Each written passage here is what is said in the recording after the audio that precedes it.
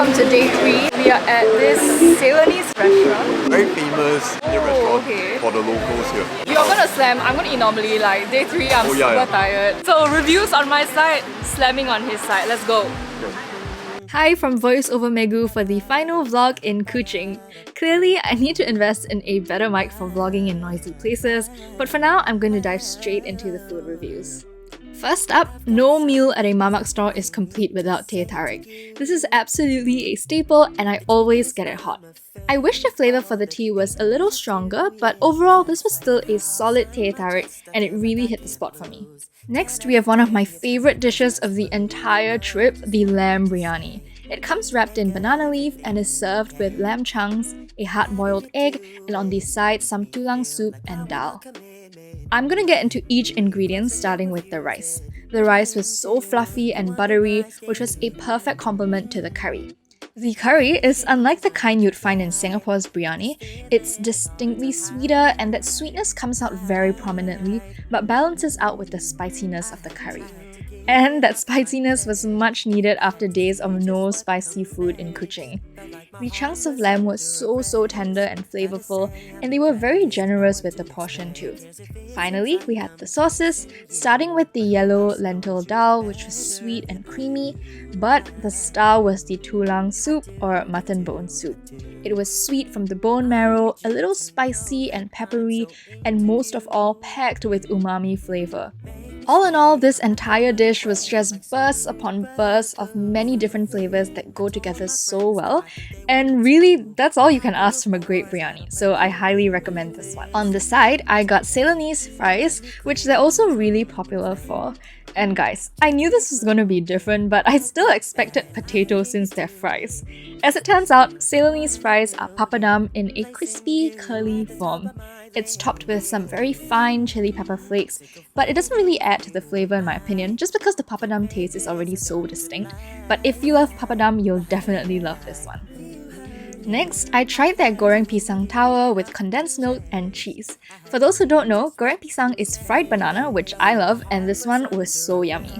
The banana was fat and soft without being mushy, and the batter was crisp and not too thick. I was a little worried about the addition of the condensed milk because I don't like things that are too sweet, but it was actually balanced out by the saltiness of the cheese. The cheese was actually what I was most hesitant about. I mean, I've never heard of goreng pisang with cheese before, but it wasn't overpowering, so I didn't dislike it, but not gonna lie, it didn't really do anything for me. So I could probably do without the cheese and just let the goreng pisang shine on its own. Lastly, we have one of the most well-known items, which is the cheese naan. This thing is a monster the size of a pizza and made with 700 grams of cheese.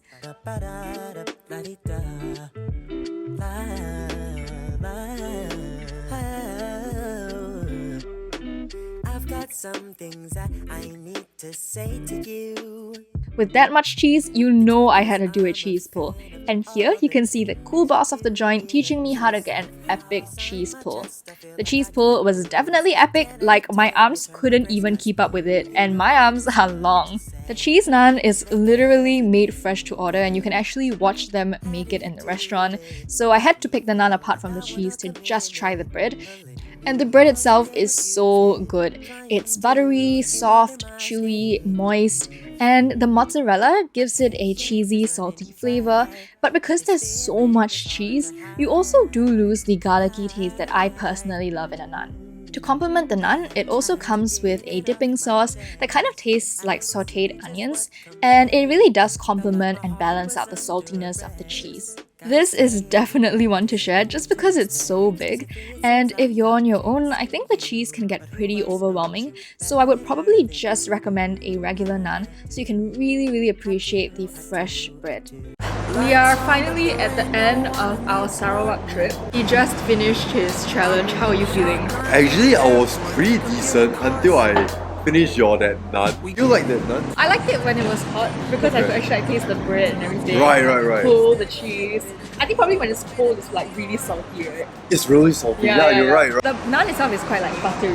Yes. And then you have the cheese on top of that, and it's so much cheese. I thought the ratio is a bit off. Normal cheese naan is good. You can taste the garlic, you can taste the cheese. Definitely, I definitely didn't taste the garlic for this Yeah. one. So out of all the food that we've had in Sarawak, what has been your favourite? I had to say it's the biryani. Me too. Besides the laksa and the kway chap that you didn't try, Okay. of the ones that we went together, this one is definitely my favourite. Oh, okay. Very possible that after all these videos are posted, we might actually arrange another trip to Cebu. That one is really the food capital. Really? Yeah. Oh, I had no idea. Let us know down in In the comments comments, below. yeah, if you want us to go there, what you Yeah. want to see. Comment down below, guys, if you guys want to watch more of her.